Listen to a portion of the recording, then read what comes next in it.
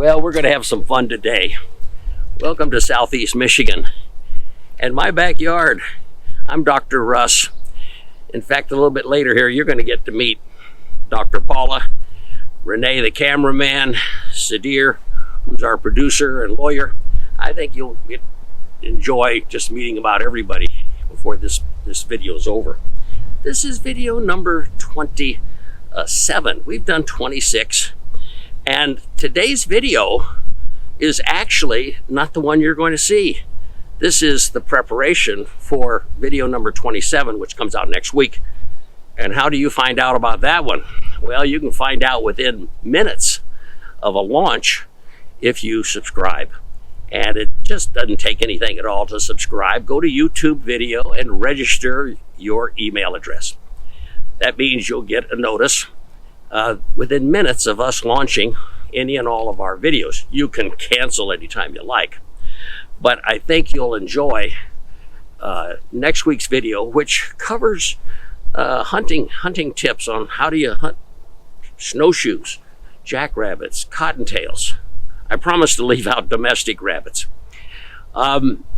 We'll teach you how to cook them, how to eat them, and who all is eating rabbits these days and enjoying them along with your air gun. Let's talk about today's video.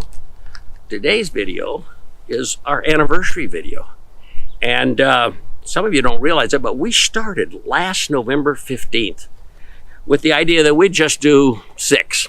Find out if there was any desire to see any more. We got some feedback, positive. We did some more. We did 10. And by the time we did 10, we had enough response that said, no, let's go ahead and do them all year long. One every 2 weeks, approximately, we finished up with 26 in our first 1 year. And now we're starting our second year. But we thought we better pause for a moment and enjoy some anniversary cake. But the cake's inside, so let's go inside and do that next.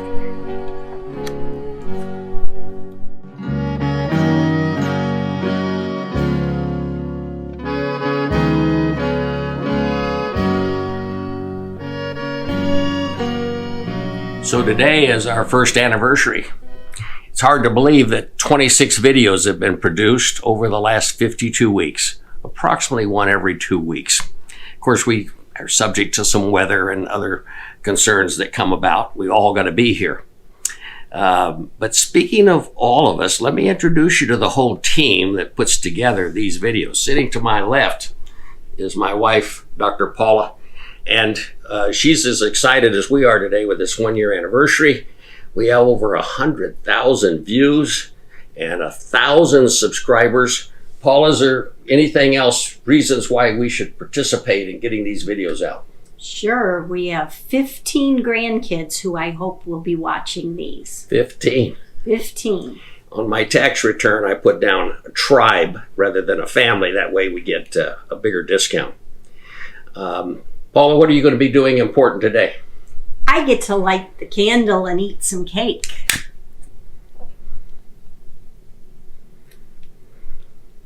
This celebrates excellent. The anniversary. In addition to myself and Paula doing a lot of the background work, we would have to thank Hollowhead. And Hollowhead sitting across from me here. Hollowhead is really our gopher. He's the ostrich who's the gopher for a lot of our things. And we couldn't do it without Hollowhead. Now let me introduce you to the last 2 members of our team. Thank goodness for Renee. Renee, where are you from? Germany. Germany? Yes. How long have you been here in the United States? 3 years already. And in addition to your number 1 job, which is filming Dr. Russ Air Rifle, what's your number 2 job? Eating cake. We're really thankful for Renee's technical expertise and keeping us rolling. Not at our table, but a very important member is Sadir. But he's also our producer. And he puts all these little film clips together, and they actually come out to be pretty good videos. Thank you, Dr. Russ. I'm Sadir. I have enjoyed working on these videos for the past year.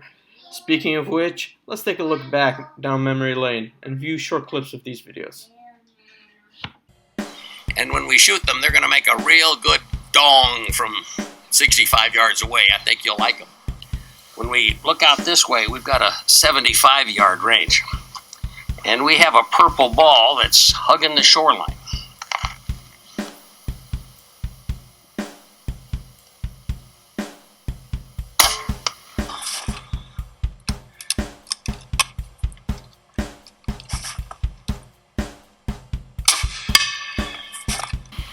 But let me tell you about the fun targets we're going to be shooting at. First of all, we're going to be shooting right here at this. I thought they were plastic, but they're porcelain, little chef, and I have filled him with white baby powder. He should explode pretty good once we hit him. And then secondly, we'll be shooting at this bottle of Sprite. Of course, we'll shake it up real good. It kind of shows you what it was like on that day when I used a .338 Magnum and brought him down with 3 rounds with a very big bullet that travels over 3,000 feet a second. This is the bully, and it's been down-tuned. Coming over here.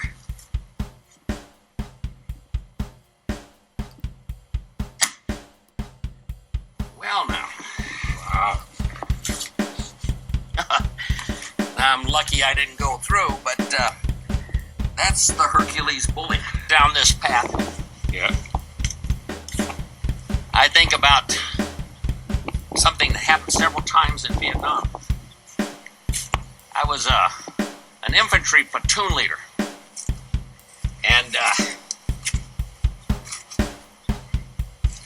we would find a path that the Viet Cong used, North Vietnamese used, and we would line up higher. We always got the higher ground or equal ground. We never got lower ground. Let's see if this beast can take care of that bottle.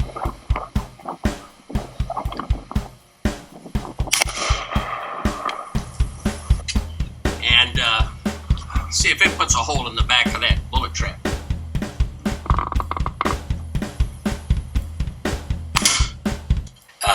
Accuracy is important, and there's just some good little tips to follow. And one of them today is breathing. A lot of people think, what in the world does breathing have to do with shooting? And I'll show you. Let's pretend for just a moment that these are the crosshairs on a scope, and this is the target. And as you breathe, you will notice that the crosshairs are moving. Even if they're on sandbags, they are moving. And as they move up and down, our first job is to get that vertical line in line with the bullseye. The second thing is we start to come up with a pattern.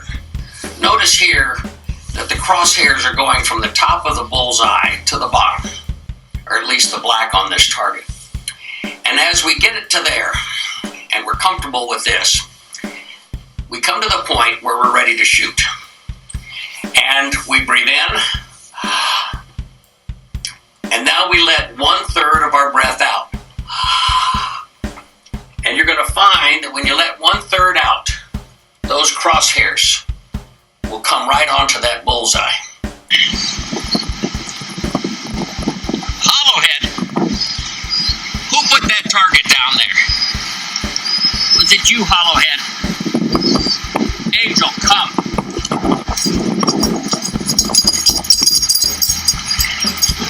I have a feeling that I know.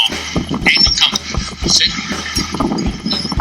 I have a feeling I know who put Angel down there. And the fact is, I should be worried about Hollowhead every time we get bird flu epidemics going on in America. Bird flu.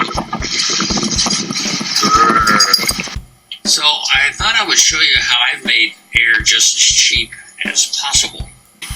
You know, not everybody has a father who teaches them how to hunt, or an uncle, or a good friend. And that's unfortunate.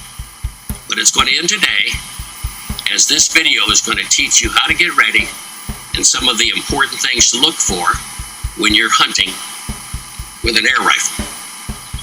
As you can see, we have a hostage here, a lovely lady who is going to need some help. and she's got a burglar, a bad guy, a terrorist, something behind her here, and he's using her to block. And the question is, where are we going to shoot? How can we help her? Let me just share a couple of things about home defense and putting someone down. It's not all that necessary. In Vietnam, it actually got kind of dangerous because after a firefight, we had to go into the jungle and check all those enemy out. Some of them were still on the ground alive. They still had guns, and they still could shoot you as you walked up. It was a very dangerous thing. Same thing can happen in a burglar in a house. You just don't know once he's down if he's going to stay down, so you have to be very careful. I think a good shooting table, a good shooting stand is very, very important, all in the umbrella of shooting accurately. We'll try Hatson again, but this time in the 357. Again, I spent my money, and before you spend yours, so you'll know whether, with the caliber of air rifle you have, whether you want to be involved buying these or not. I'll shoot the last one on the right.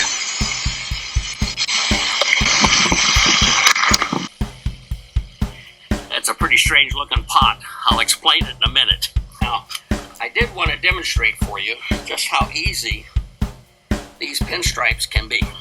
Welcome to our home. You're in Southeast Michigan right now.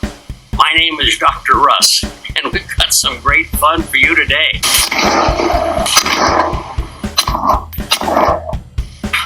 Take a look over here at 22 calibers. This first group is from a very large company, Gamo. Gamo is big in Spain. They make over 1 billion pellets a year because pellets are very big in Europe. And this one here is called the Silver. I think this last one's kind of interesting. I'll show you why. It's got a hunter's point on it. But look at the sides. We now have several places where the rifling of your air gun makes contact with this pellet, keeping it pointed in the right direction and aimed in the right direction. More rifling, perhaps better spin. We need to know where they're sleeping and where they're hunting, and trail cameras and some little tracking can help us find that out. So for sake of discussion today, let's pretend that these woods up here on your left is where they're sleeping at night. They're sleeping during the day. And let's also imagine that berm just on the other side of this water is one of their trails, what we call their patterns of movement. And then let's pretend that the food is over here on the other side in those woods.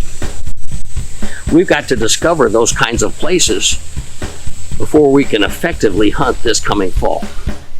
A couple of hours ago, I took this woodchuck with this 25 caliber Hatson AT 44 long rifle. This rifle has not shot any animal before, and today it shot the largest woodchuck that I have taken, and this is an old boy. He's got a lot of gray hair. One round and got him right in the head. Well, that was the kind of conditions we were hunting in. Now, when you're shooting with an air rifle, a powder rifle, a bow, what you really want in bow language is something called a pass-through. You want that arrow to go completely through the bullet, the pellet, whatever, so that we now have two bleeding points. And as the animal tries to run on off, we have twice the blood trail to track him by and to harvest him and to get him back home. Hunt camp is a time for us to get together, fellowship, have a great time, but you need to know the language. Well, let me give you an example. If I said the word, "Here comes a shooter," I'm not talking about you. I'm talking about the game coming into what I consider my kill zone. Well, let's see, where shall we cut it? Does anybody want the balloons? Hollowhead does. Oh, Hollowhead does.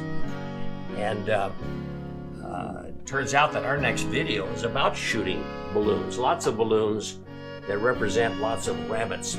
That's in video number 27 or 28 that comes out right after this one. Okay, I think we've got some pieces cut there, and I can't wait to dig in.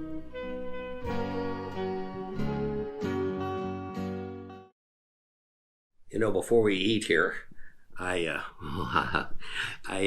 need to remind you that Google has this really, first of all, they're the parent company of YouTube.